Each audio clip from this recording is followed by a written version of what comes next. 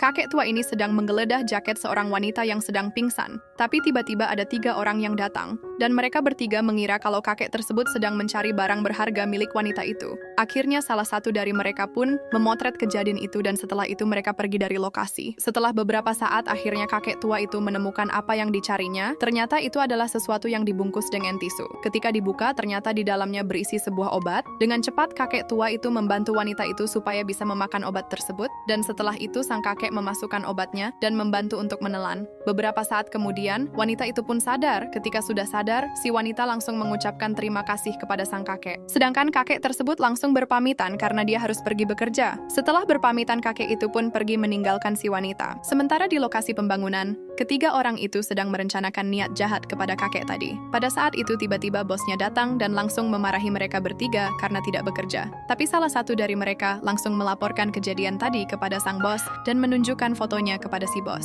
Ketika bos itu melihat fotonya, dia sangat terkejut dan langsung memanggil kakek itu. Setelah sudah di hadapannya, kakek itu langsung bertanya, "Ada perlu apa, bos?" Tapi sang bos tanpa banyak bicara, langsung memecat kakek itu. Dan si kakek terkejut karena tiba-tiba dia dipecat. Lalu sang kakek bertanya alasan dia dipecat. Tiba-tiba si bos menunjukkan foto ketika kakek itu sedang membantu wanita yang tadi. Melihat itu, sang kakek mencoba menjelaskannya. Namun si bos tidak ingin mendengarkan penjelasan apapun dan langsung mengusirnya begitu saja. Akhirnya sang kakek pun pergi.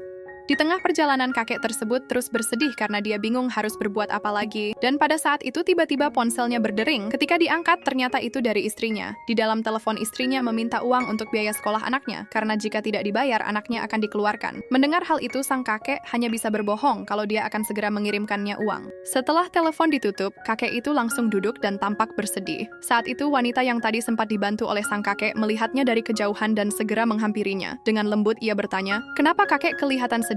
Sang kakek pun menjawab dengan suara lirih, "Aku baru saja dipecat dari pekerjaanku. Mereka menuduhku mengambil barang yang bukan milikku. Padahal aku sedang sangat butuh uang untuk biaya sekolah anakku." Mendengar itu, wanita tersebut merasa terkejut sekaligus bersalah. Karena ialah si kakek jadi kehilangan pekerjaannya. Tanpa banyak bicara, wanita itu langsung menyuruh sang kakek berdiri. Setelah kakek itu berdiri, wanita itu berkata, "Mulai besok, kakek kerja saja di perusahaan saya. Kami butuh orang baik dan jujur seperti kakek." Mendengar tawaran itu, kakek langsung bahagia. Ia menerima dengan penuh syukur. Akhirnya, kakek itu pun mendapat pekerjaan yang layak dengan gaji yang besar, semua karena kebaikannya menolong orang tanpa pamrih.